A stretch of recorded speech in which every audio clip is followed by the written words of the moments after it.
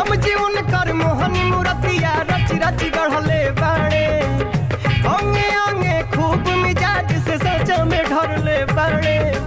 उनके यादा पफिदा जियारा भइल बा बड़ा परेशान बनी हम, डर लागे धइला पर कह दी है हमसे छोड़ा छोड़ा लागता सारा। गज बेले आइली हरियाली हो हमरा भैया के साली, गज बेले आइली हरियाली हो हमरा भैया के साली।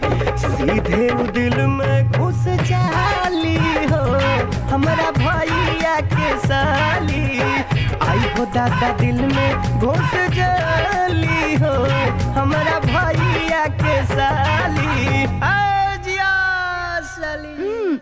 ए जूठन, हमार बात ध्यान से सुन।